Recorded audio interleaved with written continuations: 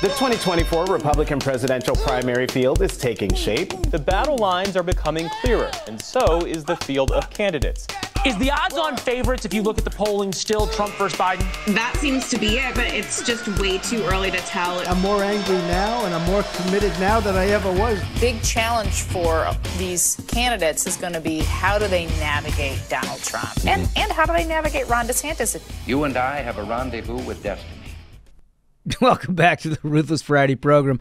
What you heard up top, if you're an audio-only listener, was the NFL films overlaid with a nun tackling a climate protester. It is a great-looking film. And it was a great-looking tackle. Yeah, form tackle. It really Great was. form. Drove with her legs. Yeah. Did you notice that? Yeah.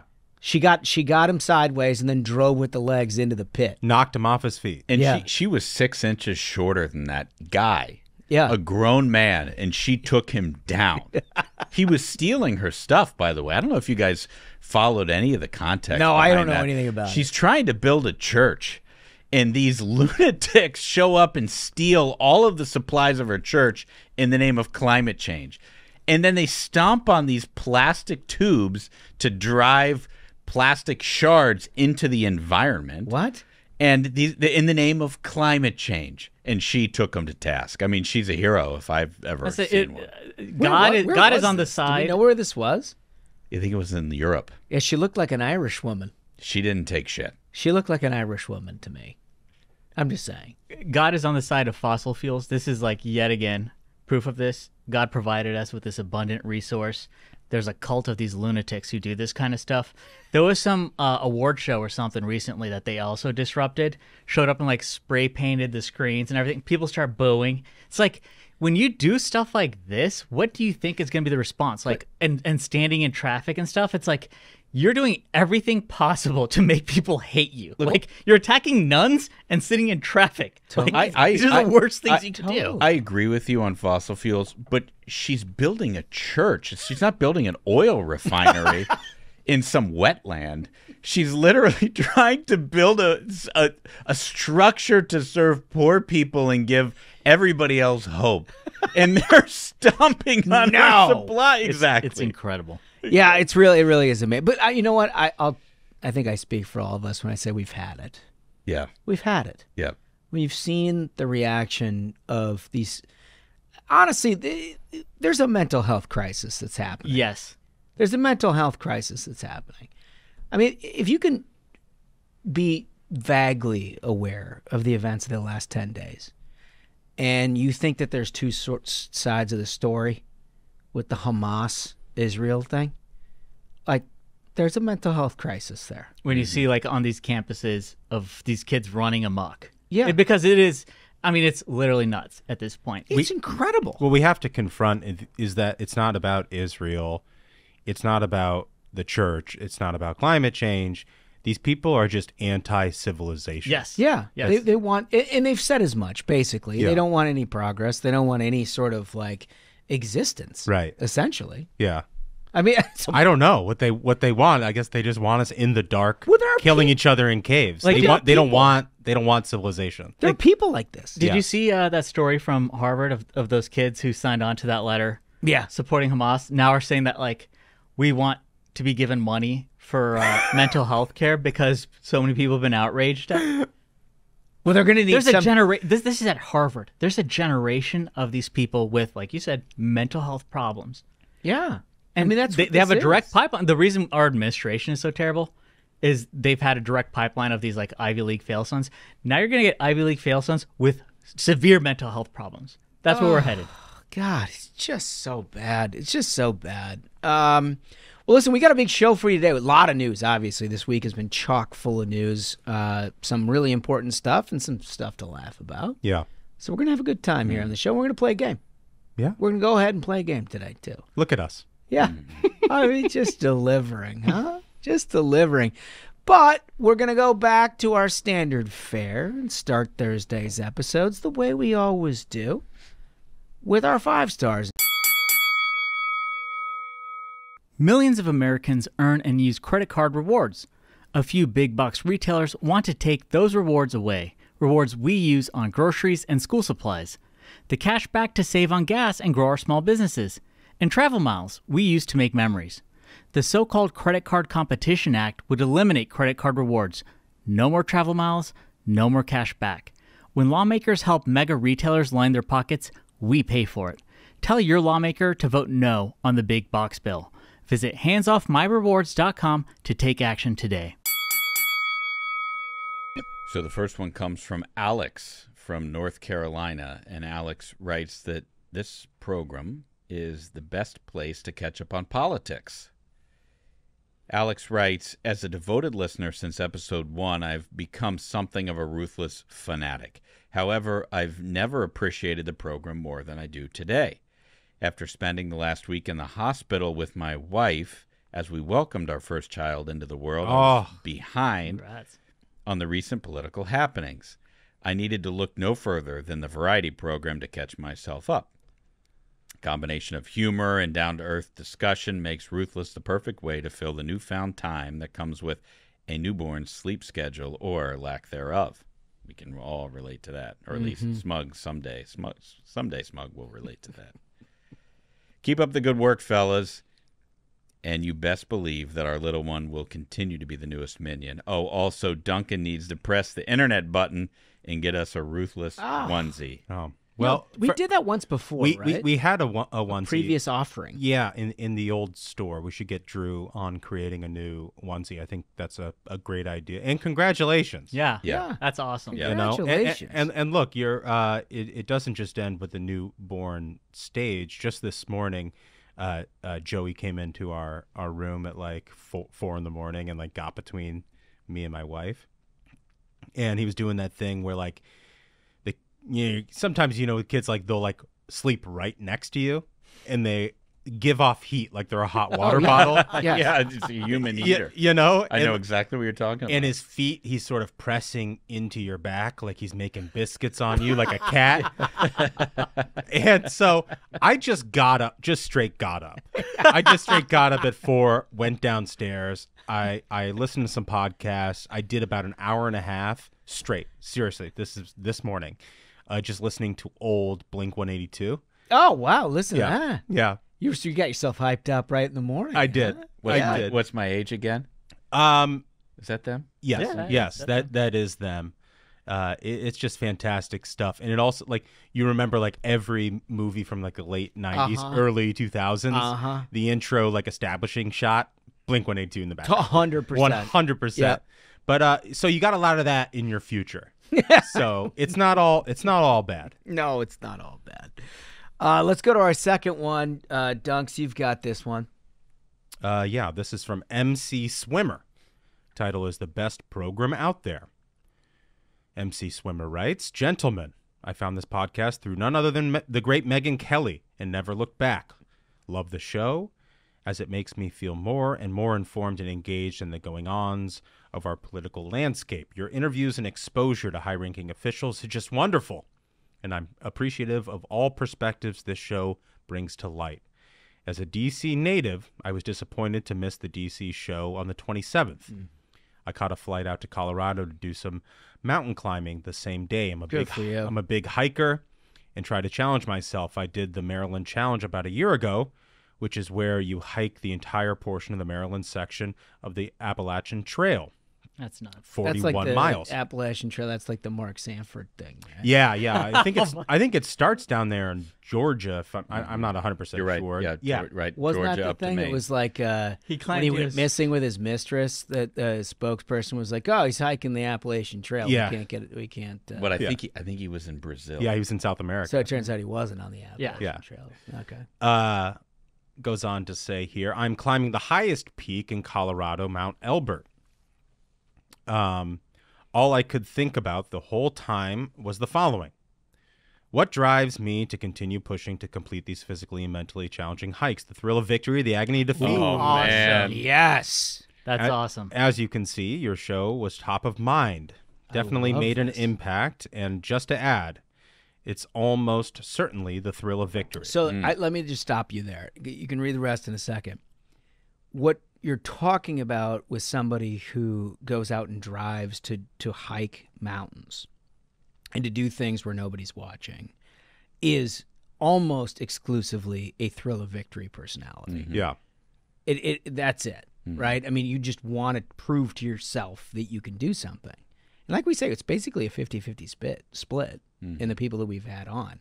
But this is a telltale sign. Telltale. Absolutely, because what you're trying to accomplish there is an end goal where you stand at the top, you eat a Cliff Bar, and you look at the view and you say, I did it. Yeah. And if you did it for you. It's a thrill of victory. You did it for you. Yeah. 100% agree.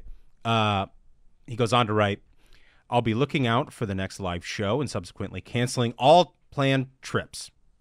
Keep making great content. Your show has quickly become my favorite podcast. Oh, it's so awesome. Thank you, man. That's really, really nice. That's great stuff. We love hearing it. All right, Smug, you got the last one. This is Elena from Missouri.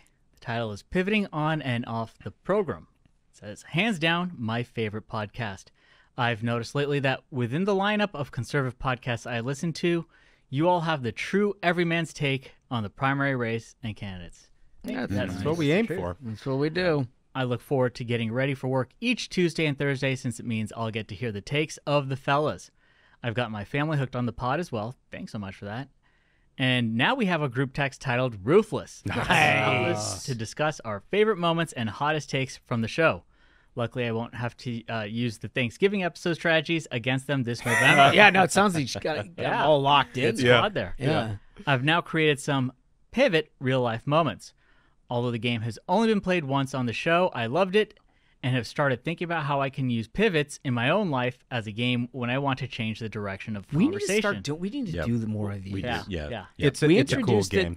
These are the kind of things that we come up with when we have down moments, and we haven't had a lot lately. But we need to make more of an effort. To get back to do it, because those games were awesome. Yeah, if you're listening and you don't know what we're talking about, we road tested a couple of games randomly. I think Smug was out for them, but I came up with these games and I was like, God, that's what you can do. But it's called Hard Pivot. We need to play it again. It's fantastic. Yeah, it's really good. You get a topic, 2 topics, and you have to try to pivot between 1 and 2. As if you're a politician. As if you're a politician and make them both make sense. Yeah. And it's very, very difficult. She continues, says, this week at work, I challenged a coworker to make his safety message delivered to our department during staff meeting a pivot challenge from presenting on step and ladder safety to a Dr. Pepper talk. Perfect. He somehow took the challenge and executed perfectly with photoshopped articles, visuals, and all. There was no way I was keeping a straight face during that one. Thanks for all the content and entertainment, fellas. Keep the faith, hold the line, own the libs, pivot. I love it. God, that's great. I love when people get something out of those games too. It's not just about, being entertained. You also take a little bit with you. It's a brain teaser. It's a brain teaser. Yeah. It's a brain. All right, so you're going to love this episode. We've got Senator Tim Scott. Yeah. At long last. Oh, he actually showed up? Presidential. Well, you didn't. You didn't show up for the interview. I had a call. I always take care of work first.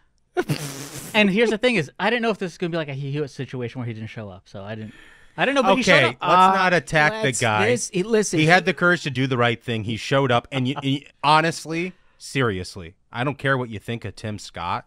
The interview is fantastic. It's fantastic. And we asked, I think, very direct and pointed questions about where he sees this Republican primary heading. And he is very specific with the expectations of others and himself. And you're not going to want to miss it. Yeah, you're not going to want to miss it. When we started doing the 60-day thing, we may have been too quick with the 60-day thing because we wanted to give people some opportunity. We didn't want to interview them right after they announced because then you get the talking points of why they're running and whatever else, and you don't get a lot of perspective on where the campaign is going. I actually found this thing more valuable than a lot of them because you've seen where it's gone. Because with the value of retrospect of where we've been so far in this primary. Yeah. I guess I agree with you. No. I mean, I'm not gonna say we should have changed the rule. But no, the rule was right. It's and interesting. They were wrong to break it. But and we addressed it at the top of the interview, which we will hear. But I will say it did provide some added content that I think we benefited from. You guys as listeners are definitely going to benefit from. And honestly, I think Tim Scott benefits from too because he has a chance to address some things that are just sort of lingering mainstream media filters that frankly, are not helpful to him, and he's able to speak to him directly. Yeah. So, and I've heard about this interview. This is going to make some news. It is. Y'all asked There's a lot of great news. questions. There's a lot of news in here. So we're going to go back to what we've been doing for several weeks. We took a couple weeks sort of off and on because of all the things going on, but we need to get back to our Who Won the Week stuff on Thursdays. And the way we wanted to frame this in some ways was to just talk through the fundraising reports. Mm-hmm. And then we'll get to whoever's picks there are. Mm-hmm. But I think there's some good analysis here. The Washington Post has got something here that kind of runs through all of it. Trump swamps rivals with huge cash haul while DeSantis fundraising slows. Now, this amuses me greatly in how they frame this because it's like exactly the way the Washington Post wants to do it. Now, it's very true that Trump's fundraising was significantly better than the rest of the field, but like the idea that it's like a Trump DeSantis story here just misses the mark in my view. And I don't think that DeSantis did poorly at all. But with less than 100 days before the caucuses, 2024 presidential candidates were required to file the third quarter fundraising reports by midnight on Sunday. Former President Donald Trump reported a huge cash advantage over his Republican rivals at the end of September, a haul bolstered by his pleas to donors to aid his effort as he set to face multiple legal trials this year. Florida Governor Ron DeSantis fundraising slowed this quarter, he says, as he retooled his campaign to focus more on Iowa and then Senator Tim Scott and Vivek Ramaswamy in North Dakota, Governor Doug Burgum and Arkansas Governor Asa Hutchinson spent more than they raised this quarter. You got to go several paragraphs down to what I think is sort of the story here is that the fact is you've got two candidates that sort of distinguish themselves beyond Trump. Trump distinguished himself, no question about it. But beyond him, like DeSantis had a much better burn rate than we saw in the second quarter. He raised a significant amount of money, spent a lot less. And then Nikki Haley raised a lot more than was anticipated and is sort of in that same category as Ron DeSantis. And she's been spending basically what she's been spending, which is a sort of a lean machine. Yeah. And in terms of primary dollars, probably has more than anybody else not named Donald Trump. Well, I think if you talk to anybody who works in Republican small dollar digital fundraising, the fact that Ron DeSantis raised less money July through September would not be a shock. Yeah. You know, like you're going to get a big bump at announcement in Q2 there. And, you know, August is the hardest month to raise small dollars online because people are busy, right? Like August is typically the month that, you know, people take that family vacation before they got to get back for, you know, the first day of school and stuff like that. And people sort of check out. And so you always see a dip in the month of August that impacts your Q3 small dollar number. So I'm not surprised by that at all. Nikki's rise is also not surprising given her performance in the debates. And she's been incredibly sharp with her message. And, you know, particularly on you know, the contrasting against Donald Trump and some of the other candidates and the stuff on Vivek and everything. The performance has been great. Yeah. You know, so I'm not surprised to see her, you know, her rise here in fundraising. The one caveat I would give on the framing of this article, and you sort of alluded at the top, Holmes, and I've mentioned this previously on the show, and listeners, directly to you, this sort of thing is the reason why you listen to us and why I think our voice is hopefully important in the conservative movement writ large because we've done this job so we know how this stuff works. And we mentioned it in the last quarter, and that is Donald Trump has like 3 entities. Right. So when you look at a fundraising report from Donald Trump for president, you got to understand that like he has costs associated to his campaign that are not reflected in this report, that you don't really have a good sense of his real net cash flow, his real number of fundraising, because a lot of the costs are disparate across other entities, the JFC, you know, Joint Fundraising Committee, and MAGA Inc., which is doing a lot of the advertising, so that his burn rate doesn't necessarily reflect the overall cost of his campaign. Yeah, and Save America and everything else. Right. Yeah, no, that's true. It's true. The other thing that I'll just point out is the framing of all of this, right? The way that they framed, first of all, at the top, that it was like DeSantis fundraising slows. Like, yeah, kind of. I mean, still second. Right. Right?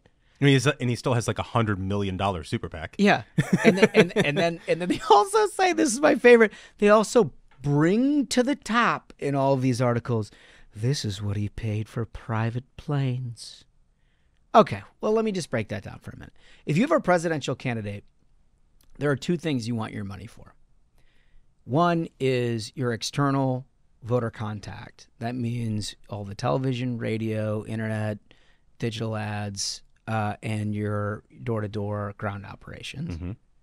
Number two, the candidate's time. The candidate's time. And the candidate's time is actually more precious in a presidential election than it is in a Senate election or congressional election or governor election, in large part because you start in Iowa and New Hampshire, where you're dealing with a very significant retail voting bloc. They want to see these people. They want to talk to them. They've done this a time or two, and they are not going to be sort of shined on by a bunch of television ads. They want to talk to these people, look them in the eye, and understand what it is that they stand for. And you can't, especially in places like Iowa and New Hampshire, you can't just send a surrogate to warm up the crowd and think like you've done the job. The candidate has to be there. The candidate has to be at the fundraisers too. Like, it is the opportunity cost of a candidate's time. It's worth so much more on a presidential than a lot of other situations. They frame this thing, the media framed this thing around what they paid for private planes, which frankly, I was like stunned that it was as little as it actually was. It was like, what, 1.2 million or something like that? Which sounds like a ton of money. Like, I get that people would look at that and be like, holy shit, that's a ton of money. It's a ton of money if you're flying to Florida and back, but when you're doing it 37 times a month. Yeah. And the guy, he doesn't own his own plane. Right. He's not Donald Trump on the side. Doesn't own his own plane. But the importance is that you have a candidate that can get to all of these various places, and the only way to do that in the modern day is to try to do it through private air travel where you can. Now, if you get an easy direct flight, you'll take it. And I imagine that they've done the same thing too. Like, if the guy's flying, out of Miami to D.C., you're like, that's an easy flight. I'm sure they took that. But if you're going from Dubuque to somewhere Manchester, in Manchester, New Hampshire, like, you're gonna have to connect 4 times. Right. Do you want your candidate to spend 15 hours in commute, or do you want an hour and a half and to spend 10 hours with voters? And smug if it's Southwest, the indignity. And I mean, I think one thing that Holmes brings up is a really important point where, a lot of times when folks look at FECs, they're used to seeing like congressional races or even Senate races, which are statewide, which is different because a presidential candidate is running for the entire country. The entire country. Coast to coast. Orange County, California, and the next day he's got to be in Manhattan. Yeah. So, and it's like, you got to figure out how to balance all those things. And especially, like you said, when you're going to these towns in Iowa and New Hampshire, and they fully expect to see the candidate. Like you said, find me a flight from Dubuque to Manchester direct. I bet there isn't one that exists. You'd have to go through like 19 airports. I think the point that they're trying to drive, and I'm sure the Trump campaign and every other campaign is trying to drive on DeSantis, they want to try to brand him as some kind of a dandy. Listen, you can say a lot about Ron DeSantis, and you can have opinions all over the map about all sorts of things. Having spent a little time with him and a little time with Casey, understanding what he's done in Florida, knowing his staff fairly well, this is not a dandy. Yeah, right. This guy is not a dandy. This guy does the work in a way that not a lot of people. There's a reason he is a front runner here. It's not because he's basically mailed it in and expects to go, sort of be the belle of the ball everywhere he goes. It's just not. That's not him. Like, our Iowa event's a perfect example where essentially all that he needed was a table for him and his wife to have some beers with like a bunch of like local reps. Dude It wasn't like dude I just sat in need a you booth. guys to make sure Yeah. they have like a green room or something. It was They like, asked for nothing. They asked for nothing. They asked for nothing. Literally just sat in a booth with a beer. Yeah. Yeah. And like, you if know, he can get back to that image and present that image. well, to it's not up to him. Like, this is the media filter that we're talking about. That's who he is. That's what he's doing. Yeah. The problem is you get an article like this, and it's like, well, the guy spends millions of dollars on private planes. He's a real dandy. Again, that's why you have to show up to our live events. So Yeah. you can actually see what these candidates are like. Meet because 'em. That's where you see them. Meet him and talk about him. So anyway, that's the overview of it. There's a whole bunch of other stuff. You know, Tim Scott, who we're talking about today, and his allied committees have been amongst the biggest spenders in the race so far, which I thought was interesting. We asked him about, and I'm going to let that answer stand for itself because I think he contextualized that in a way that analysis probably doesn't. Pence, it's been tough, right? He's got to try to figure out how to qualify for this next debate, which they keep raising the thresholds for the amount of donors and things that you need to do, and like they're working on it, but it's been a slog. So we're kind of getting to the point where this field is culling a little bit. And we talked to Tim about this a little bit too, and you guys are going to have to hear about that because he's got definitive views on what needs to happen in order to have what he views as an effective Republican primary. But with all that being said, and we kind of go over the 50,000-foot look, Ashbrook, who's your winner? So last week I had Trump is the definitive winner. I heard you caught a little bit of shit for that too. Yeah, that's right. Yeah, people on Twitter were Some of the minions mad at me. not You got. happy I about said Joe Biden. You got more shit. I did. which I love, for the record. Yeah. Well, I thought he won last week, and you know, a lot of times I wrestle with who to choose. This week I was unconflicted. There's one guy who stands out among the rest, and that's Tim Scott. Tim Scott won this week hands down. This is a guy who's drawing a contrast with the leader of the Republican primary, Donald Trump, on a key issue, Israel. He took Trump to task over some comments on Netanyahu and some comments on Hezbollah.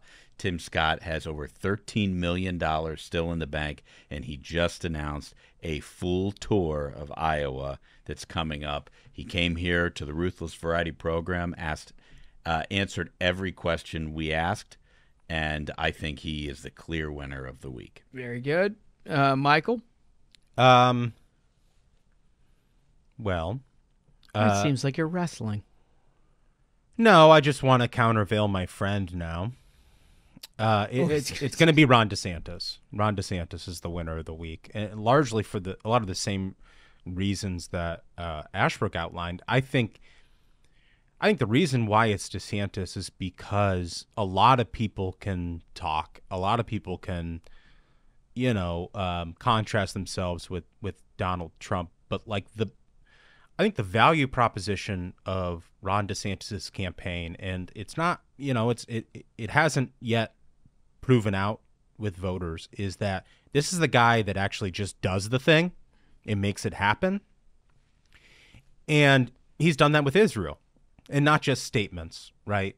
There's the Air DeSantis flights getting people out of Israel.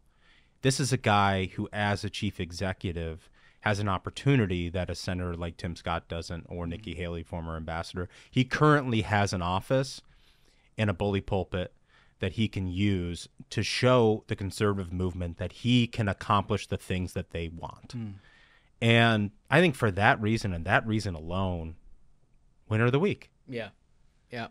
Smug. So I have a very interesting pick, and I think for a very interesting reason. I think Donald Trump won the week, and this isn't because of any specific fundraising numbers or any statement that he made, but the reason is a lot of the focus in the news has been the failures of the Biden administration during this crisis, where their foreign policies and their coddling of Iran is front and center. Right now, we're seeing the ramifications of their failed foreign policies.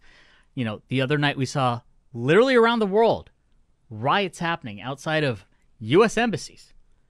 Carnage under his watch. His entire foreign policy platform, everything that he had promised the American people, that the adults are back in charge, I'm going to bring America back to the forefront. in tatters as we are seeing the results of his foreign policy. And as a result of that, in voters' minds, the first place it goes is, how did it used to be? Yeah. And then they remember under the Trump presidency, it was like the polar opposite. You had the Abraham Accords. You had whenever Iran acted up, Trump in a wink turned Soleimani into salsa, and all the press and everyone's like, oh my God, this is going to start World War III. No, did not. That foreign policy of Donald Trump was such a success, and folks are remembering that right now, given the failures of Biden. And because he's granted that, and I've said it many times, that a lot of the problem for these candidates running against him is going to be, as Americans are seeing the chaos of living under the Biden administration, they're going to look back and be like, I remember things being so great just a few years ago. That's going to be very difficult for other candidates to overcome. And for that reason, I say Donald Trump of the week. I agree. I agree with you in that voters definitely remember the Trump years, and in particular foreign policy, and they say, I want that back. I've said this 1,000 times. I'll say it again. My fear always with Donald Trump is that he always finds a way to step on a rake. When he has as he did with the Netanyahu. And that's my point, is like, here's a perfect opportunity to talk about how you're the strongest ally that Israel's ever had behind the Resolute desk, that you moved the embassy to Jerusalem, and that you brought peace to the Middle East through the Abraham Accords. And instead, he uses it as an opportunity to like restart a grievance with Netanyahu, because Netanyahu congratulated Joe Biden for winning an election. Yeah. And it looks like such fucking small ball. And it's it's the reason why half the party isn't on board with him right now, dude, is like people have this hesitation that the guy can't take a win. He just can't take a win. Yeah, I mean, I've said from the very beginning of this conflict that if Sunday or Monday after this happened, he showed up in a sober room with a podium and gave his view of what ought to happen in Israel, I think he would have jumped 10 points. Because everybody does remember, to your point, everybody does remember how it used to be and the progress that we had made. The problem is that everyone, as you just said, Duncan, everyone's hesitation is that like he can't stay focused on it. This is why I think he needs to participate in the debates. It's sort of like in baseball. If all you're doing is hitting in the cage and taking the same pitch over and over again from the jugs machine, you get like a head on your shoulders that, oh, I can hit anything that's thrown at me. And then sometimes you get too cocky and you just can't hit a pitch that's coming from an actual guy on an actual mound. And I just feel like if he's taken live pitching from these other Republican contenders in the fight for the nomination, it makes him that much stronger when he takes pitching from Democrats and when he sees Joe Biden. Yeah, that's on a good debate. point. I didn't know there'd be a rebuttal to each of our picks, but given that, I will say this. I didn't mean it. I agree. I just think he should participate in the debates. I think that iron sharpens iron. He's not above it. He's better than it. Like, so I'm always right, and here's why. Because the thing is that yes, you may have moments where Trump was like going after Netanyahu because he remembers Netanyahu congratulated Biden. But the thing about Trump is, number one, you're never going to change him. But the reason that he won, the reason that he crushed Hillary, the reason that he's such a force of nature is because he is a force of nature. It doesn't matter what the slight is, no matter how small it is, he'll just stomp somebody. And the reason he was a complete shift, because remember, it was just one cycle before we got Donald Trump that Mitt Romney was the nominee. There can be no greater, contrast between two nominees than going from Mitt Romney to Donald Trump. And for so long, we were dealing with a party where like Candy Crowley is clearly in the bag for the Dems, and all Mitt Romney can do on stage is like, Candy, please, as opposed to Donald Trump, who tells Hillary, because you'd be in jail. That is the thing, is, and I've said it many times, is I feel I want to send the worst monster to go after the people who I loathe and who have done horrible things to the country. And I think that's a sentiment a lot of people There's a lot feel. of people that think and that. so if you want no question. something we need with to move. claws, we need to move on. That's Trump. That is a great point, but we do need to move on. My pick was DeSantis for all of the reasons that Duncan said. I mean, look, I look at the conservative movement and I think about all of the people that are whining and crying about woke culture. Well, who's done something about it? I look at all of the people who are conflicted and concerned about the abortion position in the Republican Party. Well, who's done something about it? I look about economy. I look about COVID. I look at all the things that have us sort of wrapped around the axle, and there's somebody who's completely not only unconflicted from a rhetorical standpoint, which is very easy to be, by the way, because all you do is kind of read the electorate and echo it back, but there's somebody who's actually laid down a body of work. Yeah. And when I looked at what he did with the Israel thing, and there was people online saying, like, you're a governor, what the hell do you have to do with any of this stuff? And then all of a sudden he starts shipping people back 300 at a time, and then there's supplies going out from Florida on the planes that he has figured out how to procure. It's doing stuff. Well, and look, dude, it's doing stuff. Same thing happened when he shipped those migrants to Martha's Vineyard. Yeah. And you got a lot of people changed the conversation. A lot of commentators and people right and left wringing their hands being like, oh, gosh, I don't know if this sends the best message. This is a stunt, yada, yada, yada. Now you've got Eric Adams in New York, and you got Hochul or whatever, the governor, and these people, and in Chicago, too, being like, okay, we can't take any more migrants. You know what? In fact, need border security. We need border security now. 57% support it now. And we wouldn't have that contrast if it wasn't for people like Ron DeSantis stepping up to the plate and actually doing the thing that makes you able to draw that contrast. Yeah, you got it. You can't skate past that. Right. It is important. All right, so here's an Israel update.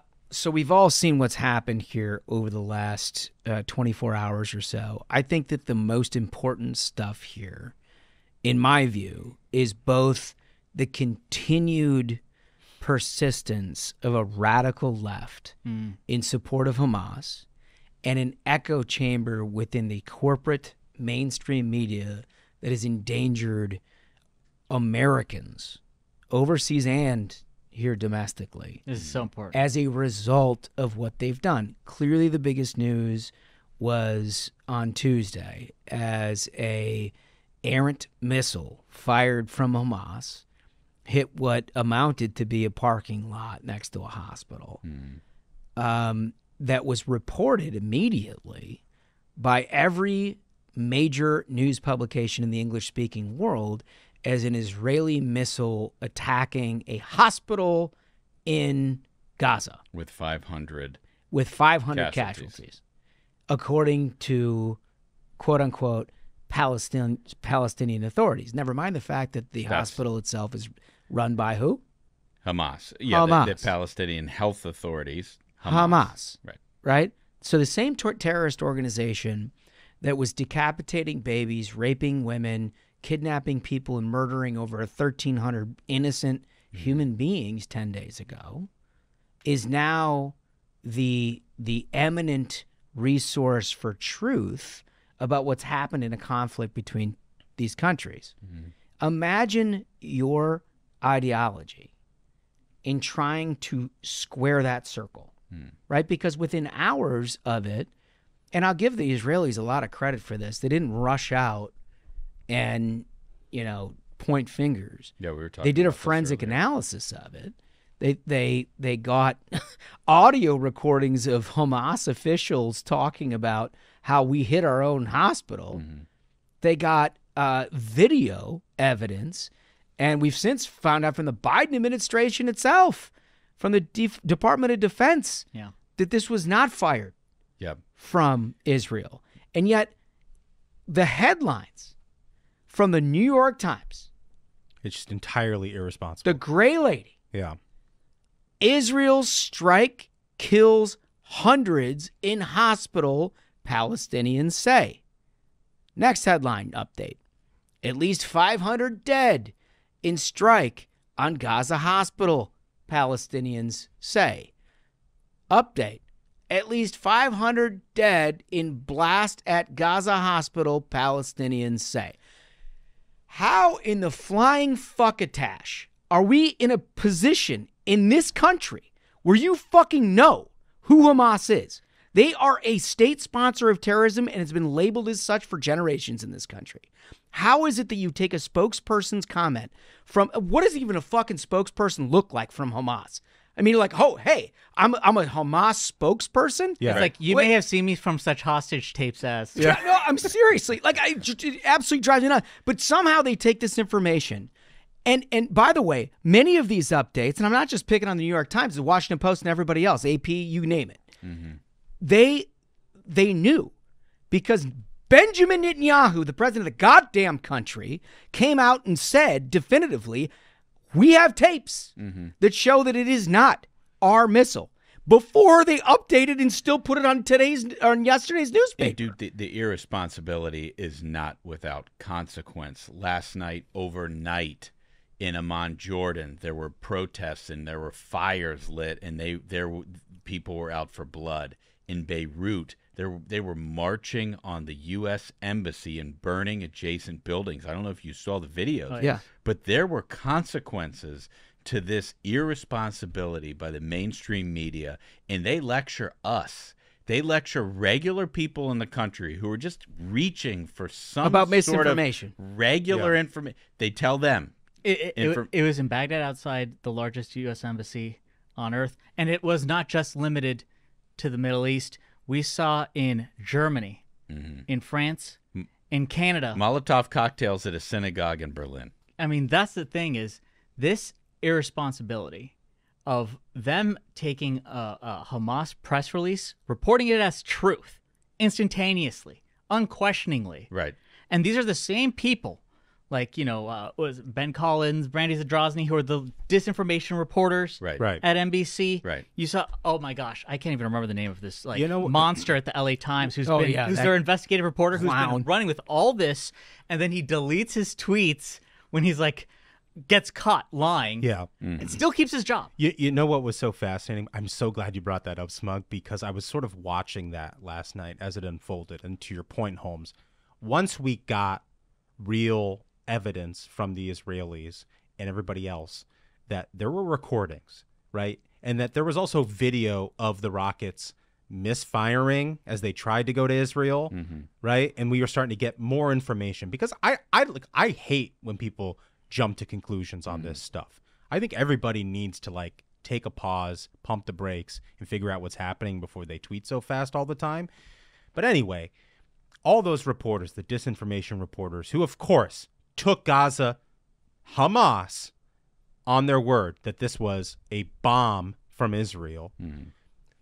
Did they spend last night apologizing? Have they spent today fucking apologizing? Of course not. What are they doing? Change the goddamn headline. And by the way, these are the same assholes who spent the entire last 10 days questioning about whether or not babies were How many babies were decapitated? Yeah. You know? I mean, well, sure, they were murdered, but we don't know how many were decapitated. You know what else they did? And this is just so classic, where they make themselves the fucking victim in all of this. They're talking about how toxic Twitter has become under Elon. Yeah. Hey, I've got 10 invites to Blue Sky. Who wants to join me on Blue Sky? I don't think I can post on Twitter anymore. Well, because you shared fucking misinformation from a terrorist organization. Go fuck yourself. Yeah, you know what? Here's a new assignment for you. Why don't you pick up your computer, pack it in your bag, take your Blue Sky account, and go the fuck to Gaza. Right. Go sit in there. Why don't you see it for yourself? See how it works out for you. Yeah. And the wildest thing is, this reporter at NBC, Brandy Zadrozny, then tweets that Twitter is such a horrible place. Yeah. It's impossible now to tell what's true and what's a lie. I'm the victim. And it's you're a journalist. You know what your job is? To find out what the truth and the lie. And you're your job description specifically, as a disinformation reporter, I can tell the difference between the truth and a lie. The problem is not the system. The problem is you lack the qualifications to do your job. Not only that, but oh, I'm sorry. Go ahead, Smash. What they ultimately want is power. What they want to be is the person who's reporting on the sinking of the Lusitania. They want to be the person reporting on the Zimmerman telegram. Yeah. They want to be the person that sparks a war across the entire world based on their beliefs, framed under their sympathy for terrorist Hamas. And completely unironically, she began publishing articles about how conservative news sites are disinformation. Yeah. This at the same time. Wild stuff. But also, dude, it's not just... I'm so mad. It's not just the media, Rashida Tlaib. Yes. She put up a tweet. Can we before we get to that? I'm not done with the media yet. Okay, yeah. Let's go off. Go off, King. Can you get me a little more bourbon, please? I'd love to. Well, I mean, honestly, no, keep it. Just go right to the rim with this thing, because I mean, I've had it. Yes. This is a very different situation than like what somebody's take is on a healthcare policy. Mm-hmm. Right. This is a very different take than like who said what and whether they're being, you know, honest or totally forthright about their intentions in domestic policy or a speaker's race Lives or are on whatever. the line. These are lives. Yes. These are American. You saw multiple American embassies absolutely stormed as a result of this report, as a result of this reporting. And I'm sitting on the set on Fox yesterday, and they've got a guy in the field who's literally sitting in Israel, and he's saying, well, there's a report out of Al Jazeera, which is, by the way, like the only outlet at the time who's saying like they have video of Hamas basically shooting this rocket into their own fucking building. Mm-hmm. And he's like, we can't verify it, but that's what's coming out of Al Jazeera. Mm-hmm. Al Jazeera, the New York Times has more trust and faith in Hamas than Al Jazeera in terms of the faith of what it is that the content that they're providing. Are you kidding me? This is not a two-sided story. I'm sorry. It's not a two-sided story. You have one side that are terrorists. They are monsters. They are subhuman. These are people who stormed into Israel and annihilated villages of women, children, raped people, kidnapped, shot dogs. Murdered, Yeah. shot dogs, did all this shit. Yeah. 10 days ago. 10 days. 10 days. I'm not talking about like 6 months. I'm not talking about 20 years. They did that too, by the way. But they did it 10 days ago. And 10 days ago is enough for them to turn around and be like, I don't know, let's see what they have to say about it. Yeah. Let's see what they have to say about It's it. What's their thought on this process? Hamas's point It's of view? critical to say point blank and very clearly that these reporters are directly responsible for putting out information to incite mobs to attack Americans at a time when 30 Americans have just been killed, and at least possibly 15 are currently being kidnapped by Hamas, the group that they are running their press Here's the thing, the mobs in the attacks are not limited to the Middle East. This morning, I don't know if you guys saw it, but we all woke up to the New York Post front page, a swastika drawn on the front of the famous 2nd Avenue deli in New York. We have a very, very good friend. We were hanging out with him just this week. He goes to a synagogue in New York. The security measures that they undertake simply to worship are unthinkable. They have to do them. He has friends, a rabbi who wears a ball cap over his yarmulke because he's terrified at what terrorist sympathizers and cheerleaders who might be around him as he walks the streets of New York might do to him. Because blocks away at NYU, kids are pulling off posters about It's Israelis unconscious. I mean, what in the world? Who walks around town and is like, "Oh, there's a poster of an Israeli kid who's missing. I need to tear that down." Here's the last point. I don't understand I that. don't know if you guys agree with this or not. I think you will. But like, I don't care who the president of the United States is. Obviously, we've made it very well known that we don't like Joe Biden as president of the United States. We think he's a disastrous president, and he's led to a lot of these problems. But when you're printing this shit as your president is in the air, president of the United States. I mean, get out of here. President of the United States is in the air on the way to Israel. By the way, to meet with several Islamic and Arab countries, and they all cancel as a result of this. Of the reporting. Right. So you're having cancel. international talks trying to find some sort of a resolution. Breakdown. You have failed your country. Yeah. You have that is nothing short of treasonous. And I'll be honest, like, I'm a big First Amendment guy, and I absolutely support their right to do whatever the fuck they want to do. But somebody needs to hold them accountable. If you were sitting at the New York Times, the Washington Post, or anybody and else, NBC News that printed this shit, somebody over there needs to get on camera and look straight in the eye of the American people and describe to them why it is that they sabotage the American effort to try to do anything to resolve this issue. That's a great point. I mean, it's not like we're big Joe Biden fans, but what you just said is a really, really important point. The guy Nightmare. was flying over and trying. He can't do. You know, he's getting older. Video you know what came I mean? out Like he's, of that night after all these reports came out where the German chancellor was there in Israel and had to hit the deck with his staff at the airport as they were about to board their plane because there were incoming rockets. I'm just so mad. One other thing I want to add there, because I mean, look, I think a lot of these people that write these stories and the editors that write the headlines, they're left-leaning, obviously.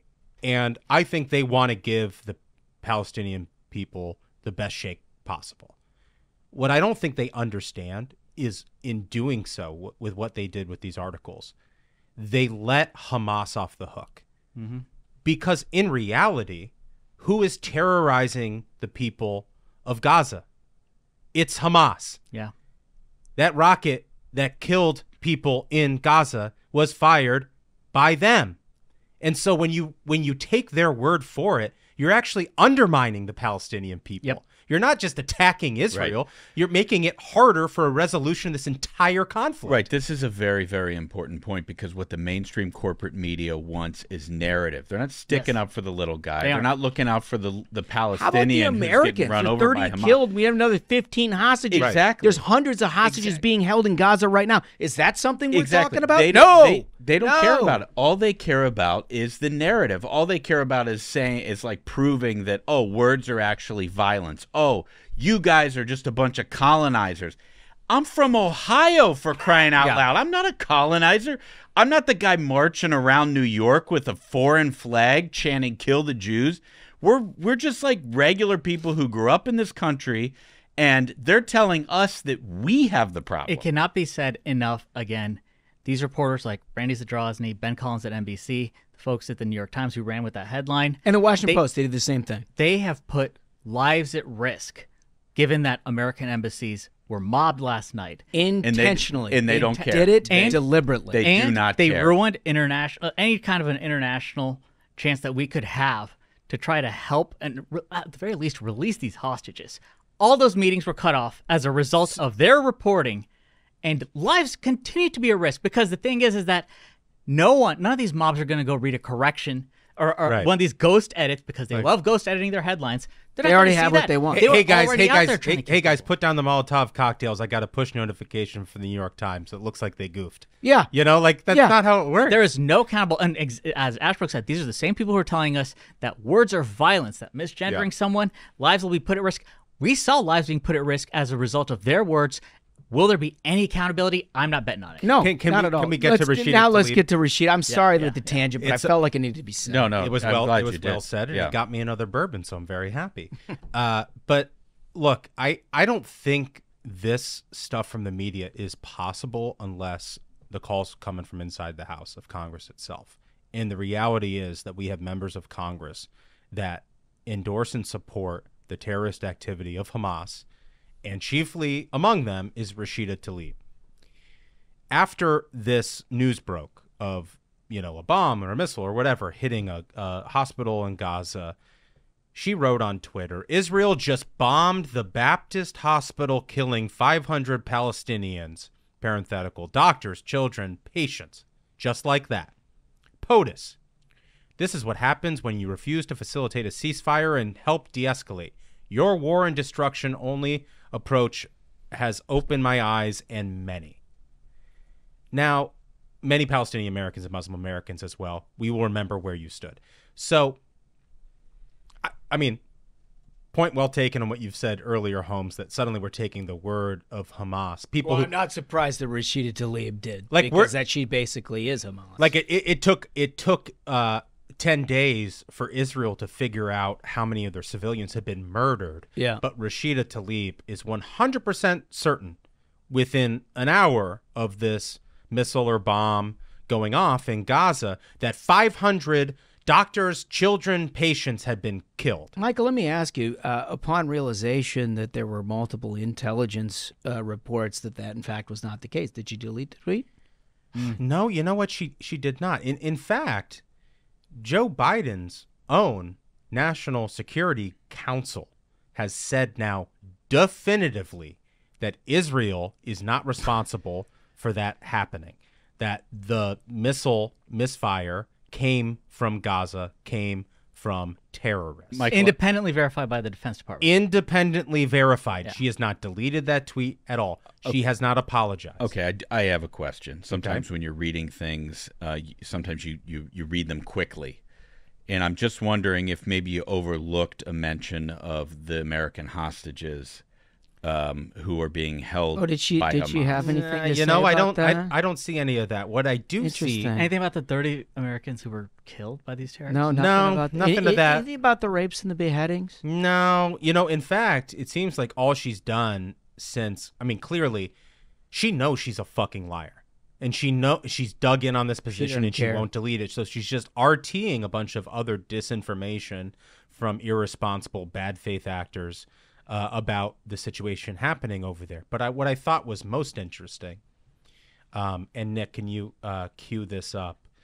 We got a clip of what she decided to do on Wednesday. Let's play clip 3. Continue to watch people think it's okay to bomb a hospital where children. You know what's so hard sometimes is watching those videos and the people telling the kids don't cry and let them cry. She knows it's a lie. And they're shaking, and somebody, they keep telling them not to cry. She knows it's in a lie. Arabic. They can cry. I can cry. We all can cry. If we're not crying, something is wrong. Hey, But listen, Hamas you psychopath. killed the kids. You psychopath. The people that you're actually defending sent a goddamn rocket, maybe made out of the water system that Israel tried to provide people in Gaza, into the damn thing. And by the way, it didn't even really hit. It hit the parking lot. And I don't know how many people died, but it certainly wasn't what Hamas claimed it was. Tragic, nevertheless, but it wasn't what she said, and we knew it definitively. And then she comes out that. It's also very important to say, while she was on her way out of the Capitol to speak to that group, there were at least 2 reporters who asked her, "Are you aware this tweet that you said is incorrect? Because now we have from multiple sources, including the Biden administration, including the Defense Department, that this is inaccurate. Are you going to delete that tweet? Are you going to say that, oh, hey, I was mistaken?" And she refused to answer them. They shouted these questions multiple times at her. She refused to answer them, and then she went out and she lied. She's dishonest. She's Baghdad Bob and pumps. Is there for crying out loud? Like she doesn't even belong in Congress. That's the thing. Is there any way for the House beyond that? Can the House I'm not sure expel she a member? belongs in this country. To be honest with you, if you're talking about somebody who she may not have set the bomb, she may not have been a part of the attack, but she's providing motivation and intent for people, as evidenced by what happened on Tuesday night in all of those embassies around the world. There is somebody that is speaking to misinformation that is giving them the opportunity and the motivation to attack Americans. That's what she's doing. She's doing it willfully, and she's doing it with total intent. And she has the gall to go up there on stage and cry and know that what she is saying is false, because multiple people, including the Biden administration, has said what she's saying is false. Because what's more important to her than anything else is killing Jews and maintaining the Hamas terrorist power structure that keeps regular Palestinians down. All she wants is status quo. I mean, to be honest with you, I hate to think that that's even in the calculus of anybody who lives in this country, but it's proof's in the pudding on some of this stuff. Like, it's super disappointing. Anyway, so that's all that. Here's the speaker's race in a nutshell. Jim Jordan, he went up. He lost a couple more votes. They're not going to get there. They're going to do it again. There's been a lot of talk around Washington about whether Patrick McHenry, who's the acting speaker, is going to be basically given more power than is allotted under the statute of a sitting sort of. Can we get a speaker to try and expel Rashida Tlaib? Like, we need a speaker. We need a speaker. Come on, Republicans. I have two demands. One is the expelling of Rashida Tlaib. Two is, if it's going to be Patrick McHenry, wear a regular tie. We can't. No more bow ties? We cannot have a speaker with a bow tie. But he's a Southern gentleman. He's a Southern gentleman, but we need somebody who looks like an adult. Oh. With that. I'd be down. I love he can wear him a so bow much. tie. He can wear a cravat. He can wear what are those like cowboy cravat. things? Anything he wants. If he's like presiding over kicking out Rashida Tlaib. If he does, he can. Actually, you know Go what? for it. Yeah, I'll amend. He can wear a bolo tie. You have Bolo. convinced me. He can roll up with a bolo. I'll amend. If he puts something to expel Rashida Tlaib, I'm fine with the bow tie. Yeah. Any speaker. He can come up. He can come up there like a Chippendales dancer for all I care. Oh God, I do actually love Patrick McHenry. Great I think guy. He's great. I'm busting North his Carolina balls is a little sending bit their about best. the bow tie He's because I great. think it's like how quickly we'll become the monopoly men if that's the face. But you know what, I do like him, and we could do a hell of a lot worse. We'll see what happens. We have to play a game, fellas. Before we get to this big interview, we're gonna go play King of the Hill. Who do we got? Well, I am the defending champion with Bill Crystal. He's won now, I think, 3 times in a row. So I've got a little bit of a win streak here going, and I'm up against Ashbrook, right? Yeah, so the challenger this week is an oldie but goodie. It's Jen Brainworms Rubin. Bringing back the classics. Okay. Ooh. And now I'm bailiff and Smug is judge. Wow. Judge, jury, executioner. This is going to be good. Let's go. Let's go ringside.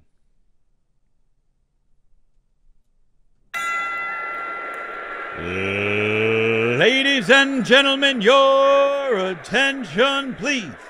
It's time for King of the Hill. In the blue corner, fighting out of the Washington Post, Jennifer Brainworms Rubin.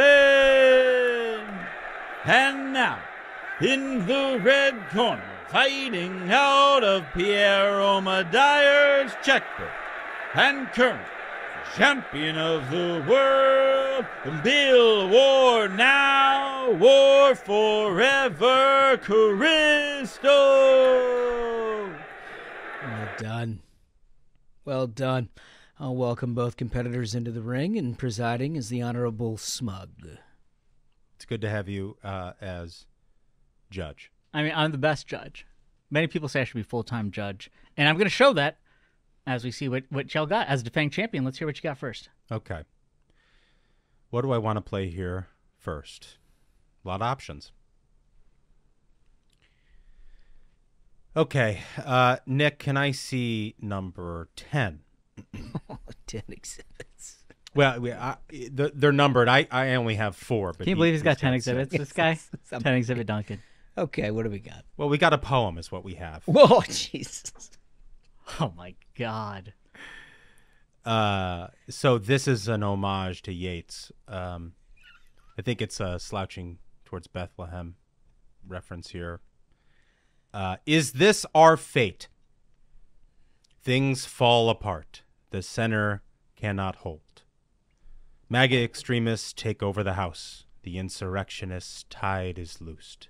And the ceremony of democracy is drowned. The moderates lack all conviction, while the worst are full of passionate intensity. And he hat tips Yeats like he has a fucking Twitter account. A hat tip. HT. You know, I'm familiar with that poem, and while he used some of the same words, I think it's the next line is "Mere anarchy is loosed upon the world." Yeah, world. The so falcon, while he used the same words, the falcon can't hear the falconer. It didn't. I don't think he went with the rhyming, so I'm going to consider that in judging. That. Which is hilarious because he hat tips it and he just fucking butchers. Might make it worse. Might make it worse. Okay, Nick, we're looking for Exhibit 2, please. And Jen Rubin writes, has a candidate for speaker ever won more plurality votes than Hakeem Jeffries? Not even close. She's so dumb. She's supposed to be the conservative columnist for the Washington Post, and she's dunking on every Republican as if she were Hakeem Jeffries' press secretary. Dumb take. I mean, the thing is that you expect the brainworm takes from Jen Rubin, but like that's an extra special dumb. It is kind of special. And you know, I know that kind He of... is quoting the second coming. It's the end of the world. It is a Crystal's- poem about the return of Jesus Christ on earth. I know Crystal She is has the like pumping- shtick of like being kind of like pompous but I mean, come on, She's man. pumping up a run-of-the-mill I next give the Democrat. first rounder Reuben. Unbelievable. Yeah, I feel like unbelievable. just as Has an anyone got a moral outsider, plurality? Like, are you serious? as an outsider, I feel like the reading of the judge and jury may have been your problem there, Duncan. Yeah, he doesn't read a lot. So I literally knew the poem. You just did a bad job. And I I'm going did to weigh a these bad attacks job. on this court, that I insurrection. did a bad job. Yep. I'm going to weigh that insurrection. Okay. Okay. All right, Ashbrook, what do you got? Exhibit 5, please, Nick. Exhibit 5, Jen Rubin. Trump. Okay. Just let me know when you're ready, Your Honor. Take your time, sir. Take your time, Your Honor. You're fine, Whatever counsel. you need. Trump feeds the MAGA extremist ambitions in the House. They in turn demonstrate they're inseparable from their cult leader. A vote for either a Republican House or a Trump amounts to a demand for chaos, lawlessness, vengefulness, and extremism. So if you vote for a Republican in the House, It's lawlessness. vengefulness, and extremism. Okay. Again, this is the conservative columnist for I the will. Washington Post. All right. I will invite Mr. Duncan. Nick, can you give me Exhibit 9, please? Okay, here's Bill Kristol. For what it's worth, this afternoon I've gotten a few calls and texts along the lines of, quote, I hear so-and-so is open to working with Dems on the speakership. Who do you think would be good to talk with him, etc.? Is it possible frustration among sane Republicans is hitting a tipping point? Oh, my God. First of all, the idea that anybody texts Bill Kristol Yeah. for what is going on in the House Republican Conference is fucking ludicrous. Yeah. I mean, That's unbelievable. there really is nothing more that needs to be said. The absurdity of him thinking that anyone, or he's just lying because we know that didn't happen. Nobody, and I mean nobody, would consult Bill Kristol about any of this to be like, hey, Bill Kristol, what's your take on this? Nobody. Nobody would. It's very clear. For that reason, Bill Kristol takes that round. Okay, so we're into the final and decisive round. Nick, can you give me number 8, please? Bill Kristol. Scalise said last night, when he withdrew his speaker candidacy, that he intended to remain as majority leader. Maybe that's just a poll stressing that he still matters. Or does he suspect there could be a Democratic speaker, in which case he's maneuvering to remain Republican leader? Man. This is like the wish-casting QAnon bullshit of the resistance libs. That there is still hope that a Hail Mary will come and that Hakeem Jeffries will become speaker. I've never seen anybody more committed to the bit than Bill Kristol. Every day he has 3 or 4 of these that he just gets that engagement on. I love it. Yeah. I mean, wow. Okay. Go for it, Ashbrook. Challenger. Okay, Nick, Exhibit 6, please.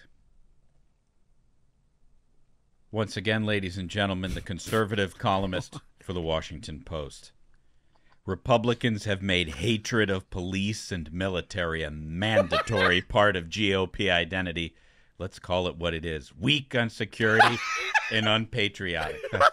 She tweets this every day. Your Honor. No, she doesn't. Your She Honor. Tweets this every day. That's different. Your Honor. That is just, come on. Everybody knows that's the winner. Everybody, like, you don't even need to sell it to me, Ashbrook. Everybody knows. I mean, it's pretty clear that's the winner. Everybody knows. I mean, outstanding. And the thing is that she has some bangers. It's a weak like tweet. the number of folks who had DM'd me her tweets because she's been just going off. That's a winner. And because of that take, certainly never tweeted that before. And again, Duncan doing a very poor job. Jen Rubin's the winner. Congratulations. Okay. You did a Mr. bad Ashbrook. job. Was great. All right, so I feel like before we lead into the interview, I got one more for you. We're going to need to leave you with this. can we cue up the lion clip? I think it's in clip 2. All right, so we've seen the animals do some fucking crazy stuff. This we have not seen. It's not enough for the lion to be tormenting the humans. He's tormenting another lion on top of the humans. It's making sweet, sweet love. It's a family tour. If I've ever seen a cocky move, it's this move. Is that on top of like a safari vehicle? Yeah, it's a cage. This is, look at him. He comes back at the guy. So here's the thing about it is it's not completely on the. First off, that's completely inappropriate. This is a family program. But if now we've already crossed the Rubicon on that one. The lion is not alone to blame. She jumped up there. Oh, this is on the lioness. Wait. She jumped up there. It's on the lioness. The lioness jumped up there. You're saying that the male lion has no blame? Hey, can we get one more? Can we get lions one more go where play? the lioness Let's get one more play. Let's play it one more time. Oh my God. We got to get this. She got up there. I want to point out, very classy. If you're not on our YouTube, we've censored this video with a logo. Oh my gosh. Here's the thing: if she was in a tree, he'd be in a tree. If she was in a cave, he'd be in a cave. She picked that spot, terrorizing clearly a family. The other thing I'll say for our listening audience is that the folks sitting under that chain link roof are moving out of the way. Just in case you're wondering, people are moving to protect themselves. We haven't seen that. We've seen a man get shot by his dog. We've seen hog killed by its butcher. Killed by his butcher. We've seen all of these things that kind of show off that we've seen there. The tormenting of humans. That is a level of cocky. That was spiking the football. He was like, everybody come look at my girlfriend. That's what he was saying. Yeah. New level of disrespect. Yeah, that's disrespect at its highest level. And next. Poor guy. I'm sorry we've let into that. By the way, he would disapprove of all of I know he would, yeah. Of all of this. But we welcome presidential candidate Tim Scott. This episode is fueled by the American Petroleum Institute. No matter your politics, no matter the debate, one thing is certain. America runs on affordable, reliable energy. America's policies must recognize that Americans benefit from making, moving, and improving the energy right here in America. Today, America's oil and natural gas industry supports nearly 11 million jobs and provides American energy to keep this nation strong. Learn how at api.org. Welcome back to our presidential showcase brought to you by America's Oil and Natural Gas. You can learn more at api.org. We are absolutely thrilled to finally make this happen. He's been a good friend of the program, but we've not seen him in a while. I've heard that rumor. Senator Tim Scott. How are you, sir? I'm doing really well. I'm just glad to be back on the show, finally live and in color. I will say it is always good to be back on the show. I've missed you, Josh. Oh, we've missed you too. We thought maybe we offended you last time we were around. You were strong. You were clear. You poked a little bit, but I kind of thought we had a good developed a good relationship. But I kept looking for the why don't he come back? And then I heard that y'all were not happy that I hadn't come back yet. And I was unhappy that I hadn't come back yet. So we are now. We're making back. it happen. We're making it back. happen. This is and what the audience... hopefully this won't be the last time. No, absolutely I'm not. hoping This is what the audience deserves. We've had, well, just about everybody. And, anybody worth making a pitch, we figure you come on. We ask you a few questions. And I know that you've been basically everywhere. I mean, you've been running hard. We are. Listen, I got to tell you, as a kid who grew up in a single-parent household, lots of poverty, lots of challenges with will this country work for a kid like me? Are there inner city communities where we are just carved out of opportunity in this country because of where we come from? And the fact of the matter is that the one thing I can tell you at the end of 5 months of being on the campaign trail is the answers to that question is A, reject the question because it's absurd. B, there are a lot of people on the radical left who make a lot of money telling poor kids like I used to be that this country doesn't work for you. It's disgusting that that's true, but it's actually true. So the reality of it is after 5 months going to places where like Iowa, New Hampshire, I walk in a room and people are like, wow, we can tell you're here. So, but at the end of the day, they love character. Yeah. They love optimism. They love people who want to make a difference in this country. And the one thing I can tell you to every single inner city kid, every kid living in rural Iowa or New Hampshire, that this country works for you. The harder you work, the luckier you get. And if I can continue to share the good news of America to Americans, I hope that as we look back 4, 8, or 12 years from now, what we look back at is a path that was difficult, challenging, headwinds. But in the end, everyone who follows us, they're better off than we are because we all leaned into the one American family that exists. Yeah. Well, I mean, look, I think you've said it here before, and that was well said. But your candidacy is about more than just sort of getting to the finish line. Right? Yes. You're going out and you're meeting people where they live and talking to them about sort of what inspires them, trying to knock down every sort of left-wing narrative about who they're supposed to be. And I imagine that you've run into all kinds of different stuff as you're on the campaign trail. Can you think of, like, what are some of the most inspiring things, and on the other hand, what's some of the most disappointing things that you sort of run into? You know, perhaps one of the most inspiring things was this little cute blonde-haired girl, 9 years old. She made me a bracelet at the Iowa Fair. That's a hell of a place, wasn't it? It was really cool. Wasn't it really cool? cool. I hate to say it. I shouldn't say it. I'm going to say it anyways. That's some of the best ribs I've ever had. Oh, you get in trouble for this. Exactly. So I'm going to stop there. See, no wonder. See, Josh, I'm going to leave it alone right there. See, it was in South Carolina and Iowa Fair. See, yeah, exactly right. You still got a career to think about here. She was so thrilled to see me, and she wanted me to be her president. Yeah. And it almost brought tears to my eyes. Yeah. This little girl stood with her dad, bringing me this little bracelet, and I wore that bracelet for months. Oh man, I still have it. And then the other day I was in New Hampshire in Panera Bread, and she's 4 years old, and she kept tugging on her dad, and he said, "What's up, sweetheart?" And he goes down to listen to her, and then he looks at me and says, talks to her, looks at me, and he walks over to me and says, "Are you Tim Scott?" I said, "Yes, sir, I am." He says, "My daughter wants to meet you." I'm like, "Well, how in the world does your 4-year-old daughter even know who I am?" She watches TV and she thinks you're the president because this is Tim Scott for president. So she literally walks over and then person after person, she was in Panera Bread with her 2 grandparents, her mother, her dad, her 8-year-old, I thought, brother. And so I'm standing in line, and then she brings over this guy, and she says, "This is Pops. This is Tim Scott." I'm like, "Good to meet you, Pops." She's making the introductions here. Yeah, she goes back again. There's got to be a place on staff for this girl. I told her, I said, are there really child labor laws in this country? Because I need this one on my campaign trail. And person after person kept coming. I was like, my gosh. Whoever I'm paying in New Hampshire, they're fired. I'm hiring this little 4-year-old girl. And I've got pictures of her. I'll have to show you. She was the cutest little thing, and she brought her mother, and then her 8-month-old, not 8-year-old, her 8-month-old brother cannot vote at all. But I went over and talked to him anyways. It was such a cool experience. Those are 2 really inspiring. They kind of keep you going on the rough days, right? And then the rough days are days when the dude who pulled the fire alarm in the house, what's that knucklehead's name?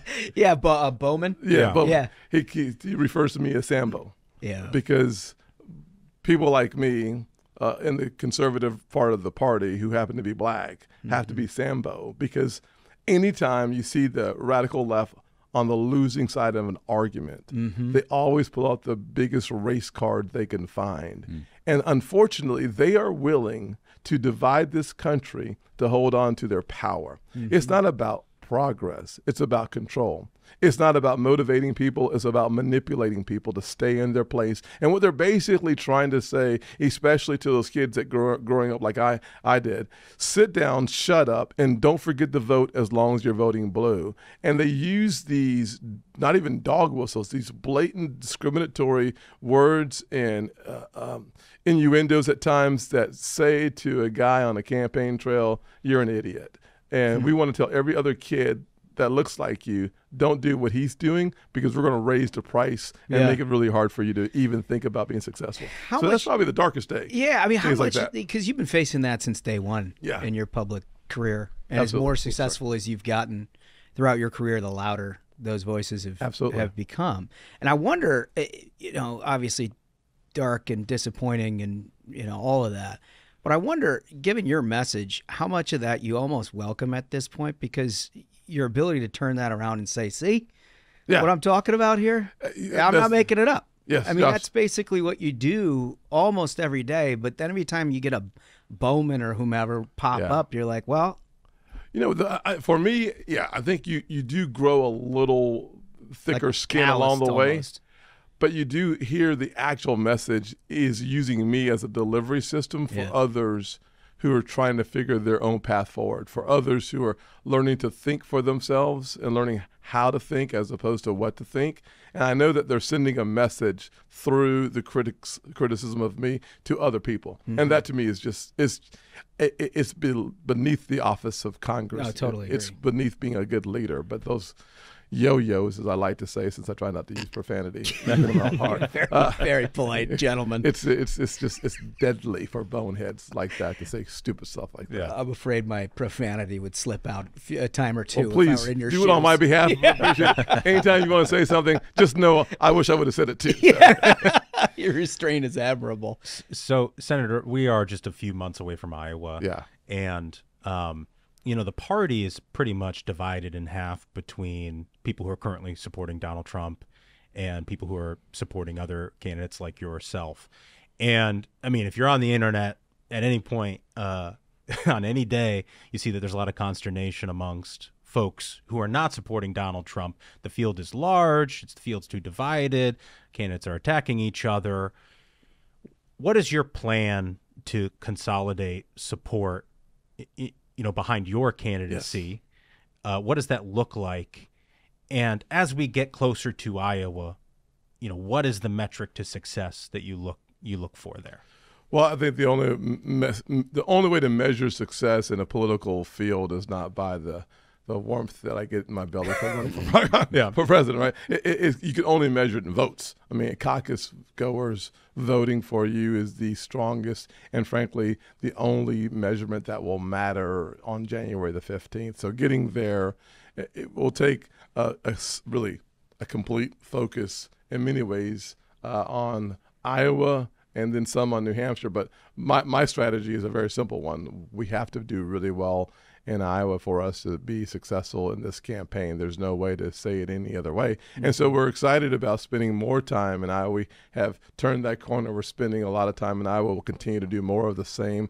And the good news is we had 3 town halls on Thursday, and they were standing room only. So the on-the-ground feels really, really good.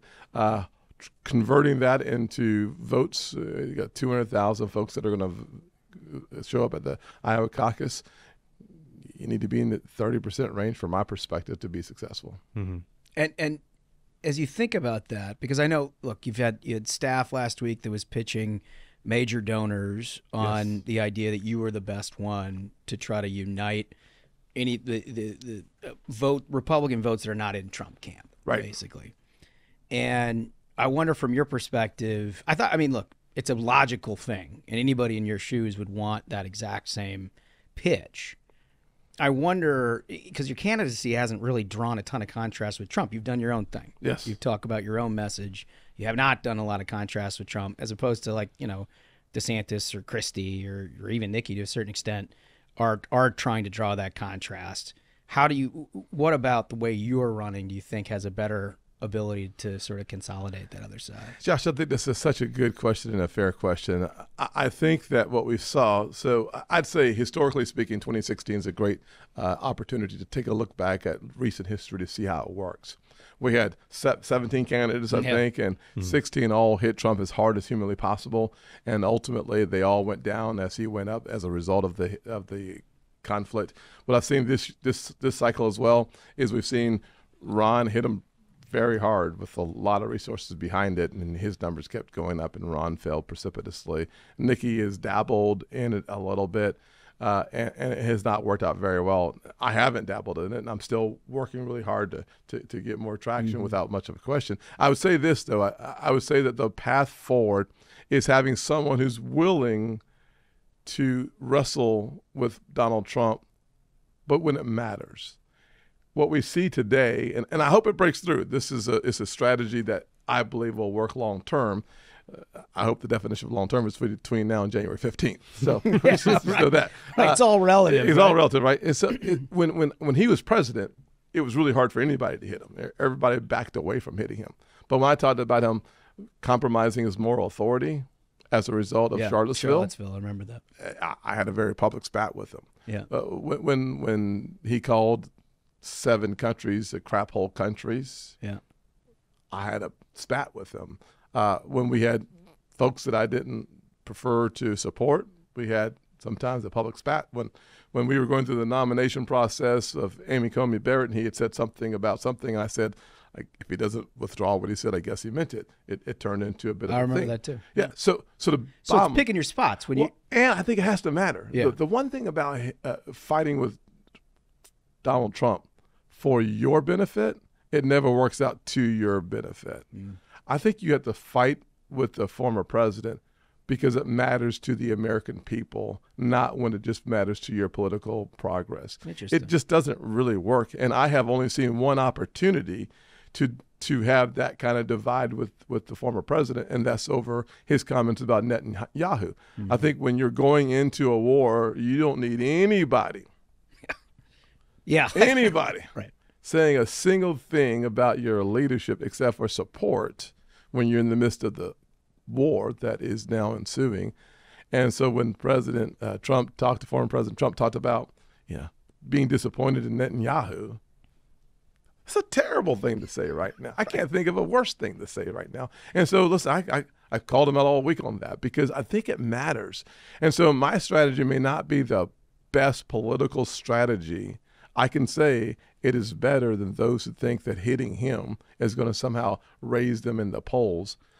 I can honestly say my belief is that at the end of this cycle, when we're electing another president, if we have someone, whether it's the former president or some of the folks who are running against me, who can divide the country and add just a few more points to win, we will be in worse shape in 4 years than we are now. We will be more polarized than we are now. We will have fewer economic opportunities around this country than we have now. We will be struggling with a higher level of debt than we have now. In order for us to tackle the really monumental issues that this country will face for the next generation, we are going to have a leader that actually seeks to unite the country so that the actual power of the presidency comes with a real red wave. Without that, my prediction is even if we win the White House, we will lose more of the country and ultimately will be in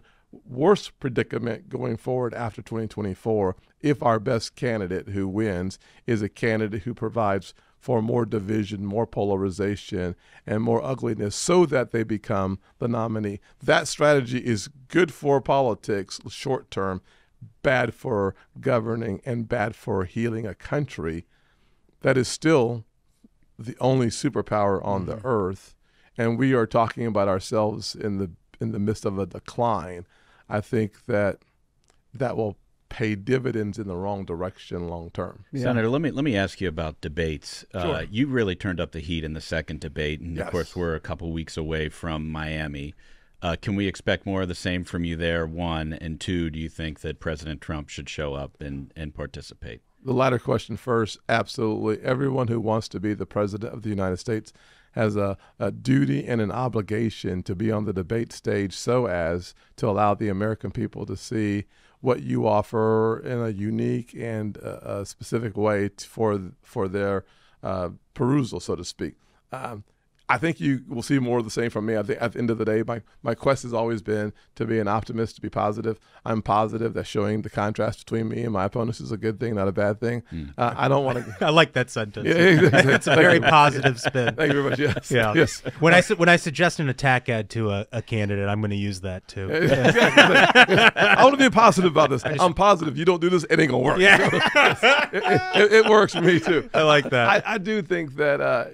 People want to know the difference. I mean, listen, I have significant differences with Nikki on the issue of refugees. I think letting them in our country from the Palestinian refugees is a really bad idea. I think I have differences on the issue of life. I think having a 15-week limit, Ron just joined me a few weeks ago and at the last debate, and Nikki's not there yet. So I do think those things matter, and to the extent that we focus on those contrasts, I'm not going to make it personal. I'm not going to start off and say, I really have known you for a long time and blah, blah, blah, blah, blah, and then attack you. Then it just lacks integrity. But in the end, I do believe that ultimately having a contrast is important. I will have another dose of WWE before I go out there. Yeah, you're not new to this. Yes. Well, my first debate, I really wanted to have a grown-up adult conversation, but it's not good for ratings. So yeah, right. At the end of the day, they hate that. You got to be willing to. You guys are old enough to remember Ric Flair. Oh yeah, heck yeah. Yeah. Hell yeah, absolutely. You want to be the man? Boy. The nature got to beat the man. you got to do it all. You got to do the walk. You got to do the walk. You got to have the robe on though. You got to slick the head back. It won't work for me, but y'all have a chance. And so, literally, having a good time out there is a part of the challenge, right? Is just relaxing, having fun, but having a bit of a show. But I'm going to always come back to the substance. I don't mind entertaining people, but let's make sure that we are talking about the contrast on our ability to lead this country, and not just a personal divisive attacks so that you rise in the polls and, frankly, ruin the character that has to lead. I think that's, you've done a really good job of explaining your point of view, because I think some of your critics look at that and your, not sort of gratuitous attacks on other candidates, not trying to draw contrast, that kind of thing. And people say, well, here's a guy who's running for vice president. Yeah. Right? Terrible idea. Which I mean, you wouldn't insulting. Would you even have any interest no, in that game? Why would you? I mean, seriously. I was talking to one of my friends, and he said, "You do realize second place is the first loser." I'm like, crap. You're right. I don't want that. No, who wants that? But I will also say I don't want to poison the well so much so that everything that I say is going to be on a Democrat campaign ad. Oh, that's a good point. Number two, if the appetite in politics is for denigrating your opponent so that you step on their dead carcass, that's called normal, right? I'm from South Carolina. I remember the Southern strategy. I remember what some did in order for us to achieve victory. There's been some tough politics down there. Absolutely. It's a blood sport. It's like a knife fight in a phone booth. I mean, it's serious. Right. But I will say, I'm asking America to follow a different kind of leader. And I could very easily start saying the most provocative things that would help me rise very quickly in the polls. I know exactly how to be that guy. You get a call from Mom, though. Well, and she would not my be happy conscience about that. as well, And my your mom, conscience. and my pastor probably. But more importantly, I think 5 years from now, people look back at how you won, and you look around the country. Like this is what I do. Over the last 2 years, the one thing I can say about Joe Biden is he's been a divider in chief, though he ran as a uniter in chief. It helped him win, frankly. South Carolina and Jim Clyburn helped him win. But what's been the result of that kind of victory, where you talked about unifying our country, but you've led through division?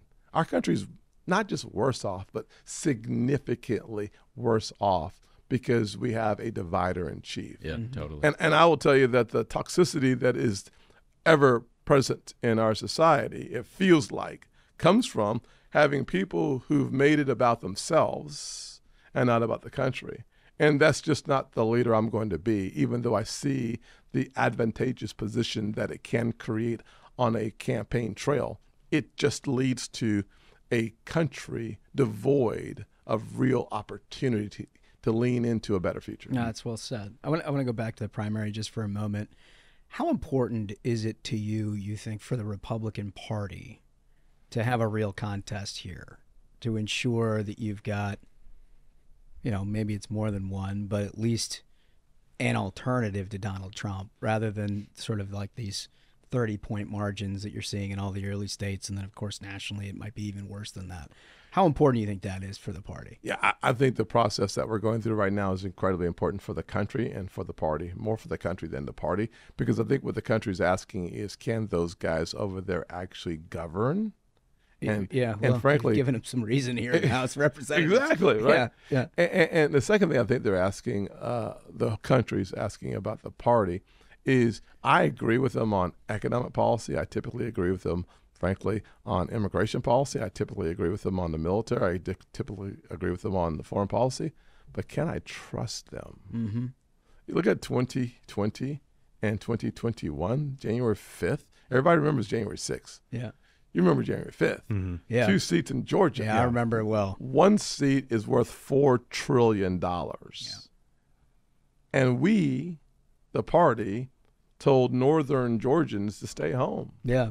And the result of that has been cataclysmic failure. Yeah. And then 2022, President Obama and Democrats sold the country on the democracy is in jeopardy because of the candidate selection on our side. Mm-hmm. And I would just say, people say it was just a life issue, abortion issue that cost us our majority in the Senate. That's just wrong. Mm-hmm. I believe it was, in fact, more than that. I think it was, in fact, the ability for the left to sell Americans that we, the party, the GOP, the party of liberty and freedom, could compromise the future of this country. And they're dead wrong, 100% wrong, but they did a better job of selling than we did the opposite. And so, in my opinion, my estimation is that's why how you win the primary is so important. But having the kind of contest that allows for people to see the differences between the candidates is really important. Well, and I think that's right. The reason I asked the question is in your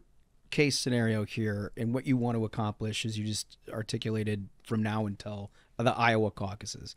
If you hit every mark and you get let's say something close to 30%, you're up first or second in Iowa. How much do you think at that point you're talking to other candidates about, do we try to consolidate within this field? Yeah. Do we try to make sure that there is an actual choice here?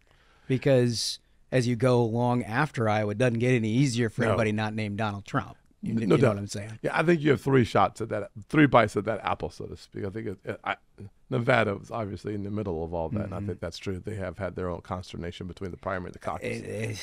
We haven't even begun to explain that to the audience. Okay, yeah, we'll leave it there then. So Iowa, New Hampshire, South Carolina.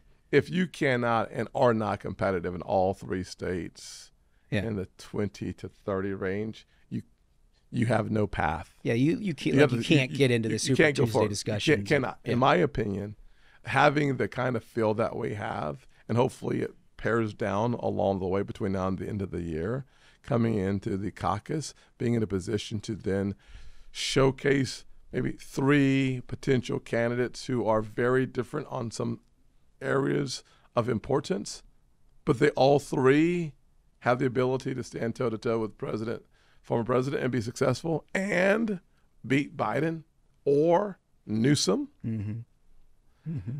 Yeah, right. I mean, listen, it's as easy a proposition as any, right? Anyone who thinks that that the Democrats are done, they have got to have a backup plan. Yeah, I saw that 60 Minutes interview. It looked like a backup plan to me. I didn't know who he was. I was like, wait a second. I had to go type in Governor of California. I assumed that they just replaced him. Yeah.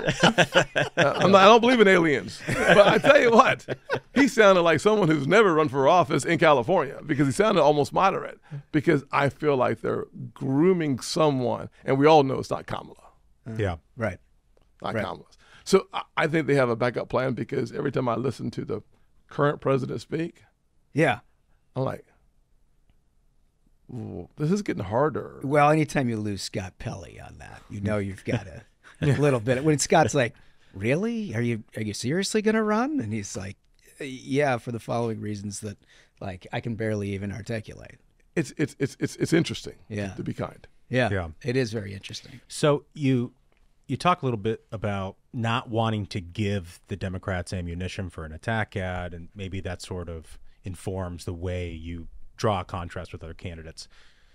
But you also talked about 2022 and 2021 and the electorate not being willing to trust Republicans, and some of that has to do with Donald Trump himself. And I guess what I'm wondering, especially for the people in our audience who are supporting a candidate like you who's not Donald Trump, one of the frustrations I think I hear from them is like, are we really talking loud enough? Like, are we using our big boy voices to clarify to the electorate the real peril that we might face? I mean, I look at, like, you can look at all the indictments against Donald Trump and stuff and quibble here and there and talk about the, two systems of justice. And I think there's that's a fair argument for a lot of things. But I look at like the Mar-a-Lago docs case, and I've read that indictment a number of times, and the superseding indictment that came after it, and all of the articles that have come out after that, and I'm very concerned about his actual legal peril in that case. And that case is in May. And if you remember, in 2016, Ted Cruz dropped out of the primary after the Indiana primary in May. Yes. So is our timeline's not great? What I'm saying is, does our right? electorate, does the Republican primary voters you talked about there on the trail realize the potential for that peril? Well, the answer, of course, is no. I mean, just bluntly, judging by no. the polls. Well, I think what you just walked through was a person who took the time to take a deep dive in what is in an indictment. Yeah. What followed the initial indictment versus what has been the circus of this Department of Justice hunting Republicans while defending Democrats. Yeah. So that deep dive is something that the average person, I don't think, has done. And look, I can't blame them because they had to sit through 3 years of Russiagate stuff that wasn't true. Exactly. All of these articles which were not true. Yes. And so, they've had all of the indictments that are coming now are all colored by that experience. So I get it. Yeah, especially when you start with D.A. Bragg. Right. Yeah, right. I mean, right. Good Lord, have mercy. Yeah. I mean, seriously, you talk about someone who says, I'm joining the Trump team almost, and I'm going to literally, his objective, in my opinion, was to make sure that Donald Trump is the nominee. I mean, yeah, it seems like it. I don't know what you'd change if it wasn't your. Exactly. I mean, a couple of these indictments, I mean, former president said himself, if I just get one more, I'm assured of the nomination because he understands what they hope to accomplish, but they don't seem to understand that all of this, save one, maybe another one, is fodder. It's political theater that is actually bad for the country, right? Bad for candidates like me, and frankly, just. Yeah, how are you supposed to compete with that and share a voice? I mean, my goodness gracious. But in the end, I just really don't think that people fully appreciate the deep dive in any of these specific cases. But more importantly, I would say that it is hard to get over this Department of Justice hunting not only the former president, but parents that show up at a school board meeting they're called domestic terrorists or a pro-life guy at his house, and you get a SWAT team coming in. I mean, how do you get voters to care about the truth and sort of filter out the noise in all of this? Yeah, I think it's a contrast. Because, like, we can't do it. Like, I've said it a lot on this show, and I'm going blue in the face. Yes. And, like, you're running for president. So. Yes. I got to say, every time I have an opportunity to talk about the contrast between who I am and when I had disagreements with the former president, we talk about those things. And when I had a chance this past week to talk about the Netanyahu comment, we talk about the things that matter. But we can't make something into something that it's not and be successful. And we certainly cannot maintain a focus on trying to transform this country into a place where we recognize we are not a nation in decline, but we are in the middle of a Biden retreat without having a chance to tell the story why we are in a retreat and not in a decline. And frankly, we point our fingers where we think they blame. And I've said this several times, that you look at the victimhood culture that is spreading throughout our country. A lot of us on the left, but some of us on the right. Powerful forces on the right sound like the ones on the left. Yeah, it's a new phenomenon for sure. All right, I got one more question, and then Smash is going to ask you about the animals. I do have one quick follow-up on this, because if you look at how Democrats have acted, it's almost like they want to run against Donald Trump. They do. And if you mentioned Bragg, it seems like that's they're trying to push him up because they think that they can beat him. And I'm just wondering if you agree with that philosophy. Do you think that President Trump can beat Joe Biden, or do you think that Democrats are right that they're going to win that matchup? Listen, every single thing that I hate about the last 2 years as a result of Joe Biden beating the former president. I think without question that whether it's Bidenomics, whether it's the challenges of foreign policy, whether it's the lack of focus in our military, whether it's ESG or DEI, whether it's the challenges that we're seeing today in these big blue cities with crime everywhere. All that is because President Biden won. And I do not believe that the former president has a path forward to do better in Georgia than he did last time. I don't know how he wins in Nevada. I don't know how it happens in Pennsylvania. And frankly, I think a part of what I'm selling out here trying to market is that there is an alternative to have the same tax policy that we had before. Because I wrote the Tax Cuts and Jobs Act with the help of Pat Toomey and Rob Portman. The three of us sat down and worked for a year. I remember you having to go on like CNBC, and they would try to give you all these loaded questions, and then you'd have to calmly work them through how the tax policy works. I watched those. I mean, you were very good at it, and with some very unfair questions, which I just loved. And I love tax policy. Yeah. Well, because they don't say, all right, so how are you going to cut everybody's taxes? No, they say this is going to be a handout to the rich, and it's not going to help people. And then you go through the personal story of your mom and everything, and how you just let me go through the tables and like how this would actually cut taxes for working people. And not to get off the subject, but now that he's got me on my favorite subject. The Mellon tax cuts in the 1930s proved that cutting taxes will increase your revenues. It's amazing how they can't figure that John out. F. Kennedy, Time and time again.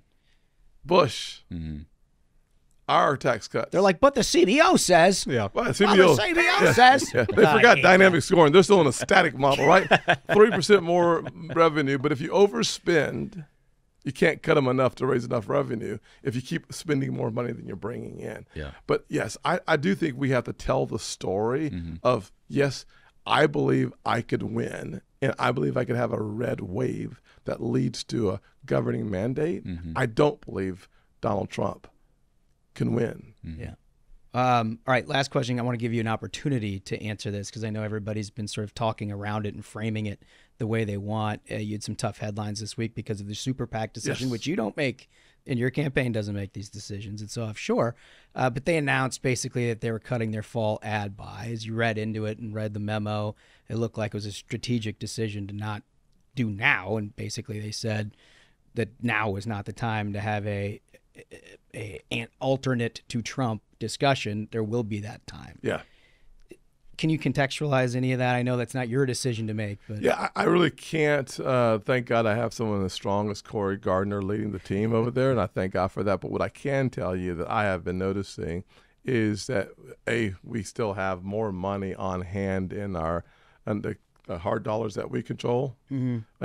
We have more money on hand than any other candidate, so we're really thankful for that. But what I'm also realizing is that paid media can only take you so far. And right now, the headlines, no matter how much money we're spending, it's all about Israel. And it should be. And it's about the House. And probably it should be. Our ability to break through right now when we're spending a lot of money, why not hold those resources until the end? So in mid-December through January 15th, that we are locked and ready to go through the first caucus. Because the one thing I will tell you is as I look at the advertising spend, even on my campaign, the one thing I say to myself, we're spending a lot of money right now, and we're going to need that money come December and January. You don't want to run out of cash. No, I went on this. We've got plenty of money left. We've got over $10 million still, which is great news. But if we're going to have the last word, we're going to have to spend millions between December 15th and January 15th. I don't want to waste money when I cannot control the headlines. I understand. I just wanted to give you an opportunity to address that because there's a lot of people that were writing headlines about the instant demise of Tim Scott. Yes. I've seen them before. When I ran against Strom Thurmond's son, they said, you just can't win. I'm like, I understand why you're writing the headlines. The media loves to write process stories about Republican campaigns. They love it. They love it. All right, so this is the last one. Yes, sir. And this one, is sort of important. Yeah, so we've had you before. You've answered our traditional 3 questions, but there's one more that's sort of cropped up because we here at the Ruthless Variety Program have noticed that the animal kingdom is rising up with an aggression against mankind that we just don't remember seeing. There was a dog that shot its owner. There's a hog that killed its butcher. There are animals attacking people all over the world, and so we're looking for people who can stand up to the animal kingdom. So our question to you is, what is the biggest animal that you could take mano a mano, just with your bare hands? Man, there's. I think of 3 that come off the top of my mind very quickly. The bear would have no chance of surviving against me, so that's kind of easy. I think about the lion, the king of the jungle, not the king of my hood. So the lion goes down very quickly. I'm not David in the Bible, but I get both points. It's a political animal. I can take the political animal one-on-one, mano a mano, look them in the eye, eat their lunch, spit their bones out, and go to McDonald's and have a Big Mac. Lion, a bear, and the political animal. You've got all 3. Yeah. We're going to write you down for that. There you go. There you go. Senator Scott, really appreciate your time. Absolutely. Glad we could finally do this. Thank you so much. Let's do this again. We'd love to. All right, before the year's out. All right. Let's do it again. You got it. Thank you, sir. Thank you. Appreciate you guys. This episode is fueled by the American Petroleum Institute. No matter your politics, no matter the debate, one thing is certain. America runs on affordable, reliable energy.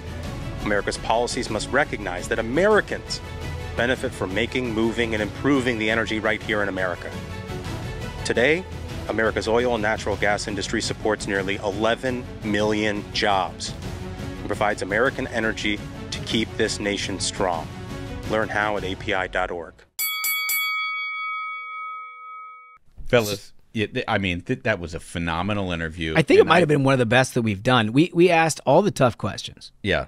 And I gotta tell you, I don't think there's anybody sitting at this table, and I don't think there's anybody listening to this show right now who would disagree with the idea that if that guy ran against Joe Biden, he'd wipe the floor with him. Oh, no question. No question.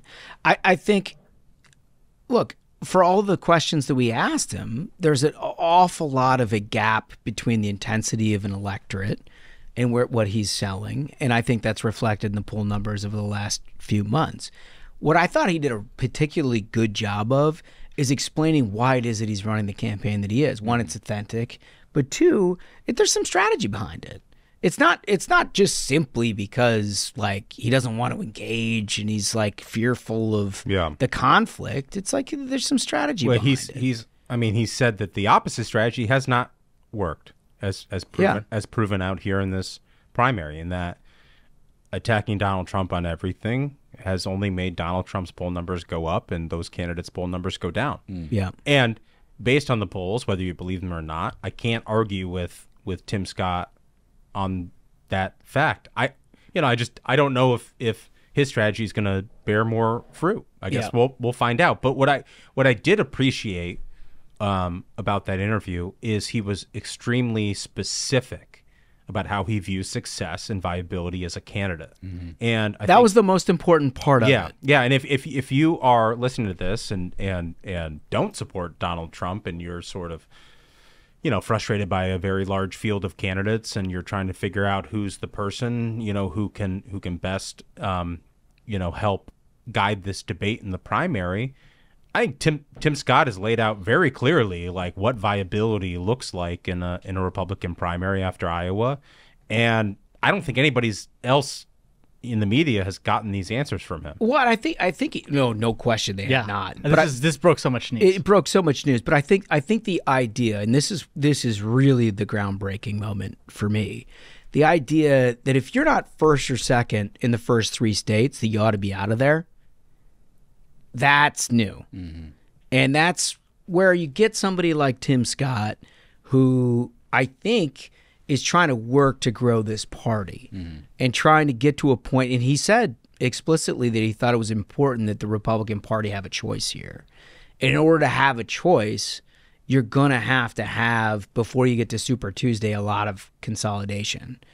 And look, it sounds to me like the guy's willing to lead the charge. Well, he's also sort of calling his shot, because if you look at the polls, like, Tim Scott is not there right now. Yeah. And so what he is saying is that if he isn't there, then he won't. Which is so much You know what I'm different than saying? everybody. Everybody else is like, well, Hemming and hawing. If I land exactly where I am, then I'm good in perpetuity. And that's not what he's saying. And Tim's kind of like just like taking the bat and pointing to the outfield and being like, if I get there. If I hit it, then I'm there. If I'm not, then this thing's over. We go to a new batter. Right. Yeah.